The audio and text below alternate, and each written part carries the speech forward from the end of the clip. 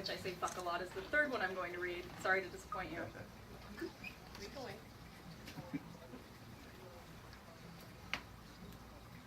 When I talk about madness, I cannot help but mention those who came before me, of the lost generations, of their faults and failings that I find also within myself.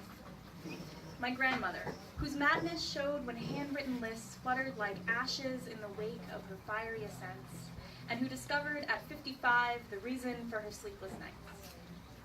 My father, who stole his first joint from her dresser drawer, and ever since has sought chemicals to help calm the raging sea within, to quell the madness that grows in his chest like heat in a star.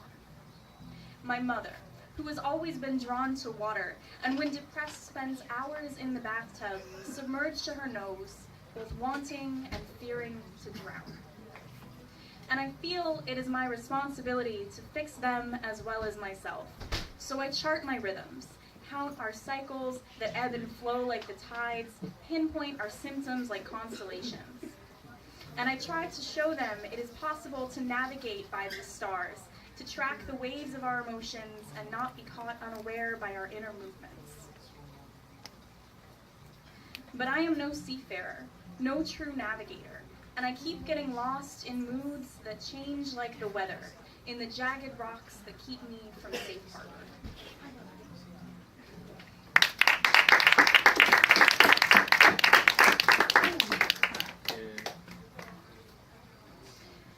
I am afraid of myself, of the madness that grows within my chest, that stalks through my bloodline with a predator's pace. I am afraid of tomorrow and of yesterday, of the inheritance and fate I have just discovered. Tomorrow, I may feel blessed, when my blood runs high and my energy is boundless, when the river of my creativity rises above its shores. But yesterday, I felt the destructive power that broods within me, that rests uneasily and whispers in my blood during sleepless nights. And I still live in fear for the night 3 years ago, when the whispers rose to screaming crescendos and my bones seemed to quake within me. I woke from bathtub and knife to scratchy sheets and 2 bright lights, a stranger at the end of my bed filling out crosswords. 42 down, suicide. 15 across, watch.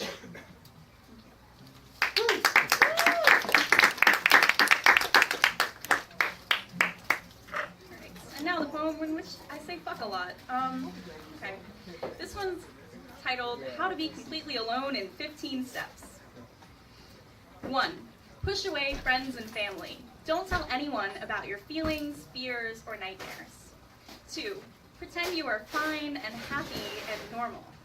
Suck at it. 3. Show your independence by fucking everyone you can. Tell yourself it's empowering, that you are strong, for finally having regained your sexuality. 4. If a man wants to fuck you, take it as a compliment. Pretend you are special, that his moans are sonnets praising your beauty, his orgasms love letters only you can decipher. 5. Date the first man who wants you. Ignore warning signs or lack of compatibility. Do not think twice. Do not listen to the friends you have left. 6. Tell him your story early. Make him want to fix you or hurt you further. Give him the option of either. 7. Expect his dick to fill up the void inside of you. 8.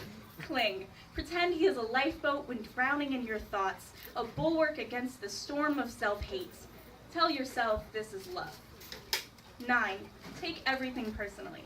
If he forgets your birthday, well, you should have reminded him more. If you stop having sex, you should have lost weight. 10. Overcompensate. Start cooking, cleaning, waiting on him hand and foot. 11. Expect gratitude. 12. Bring up your story when he fucks up, when you fuck up, when it rains. 13. Bring it up when he leaves. Make him cry. Cry harder. 14. Convince yourself you are broken and unlovable. 15. Repeat.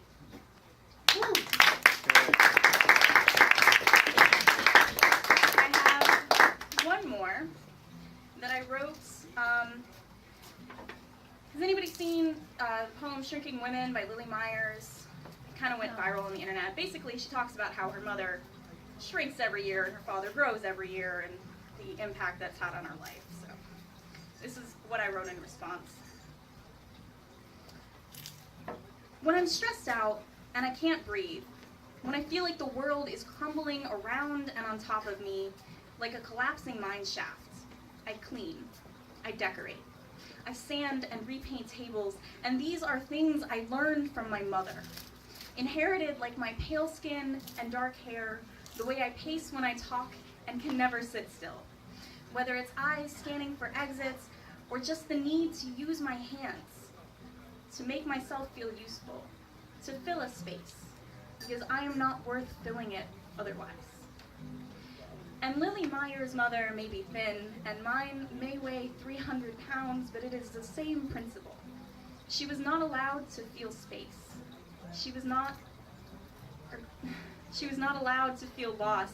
And when I left, she gained 100 pounds as if she meant to grow another of me. My mother has always tried to create beauty around and inside of herself because she did not feel beautiful. She has always looked to others for guidance and love because she did not love herself.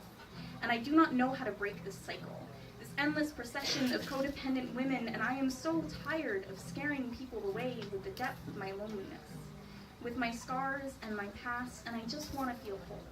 I just want to stop pacing, to feel complete on my own, and I cannot learn from her. I cannot learn to be strong, to stand up and say no, because she has forgotten how. Thank you.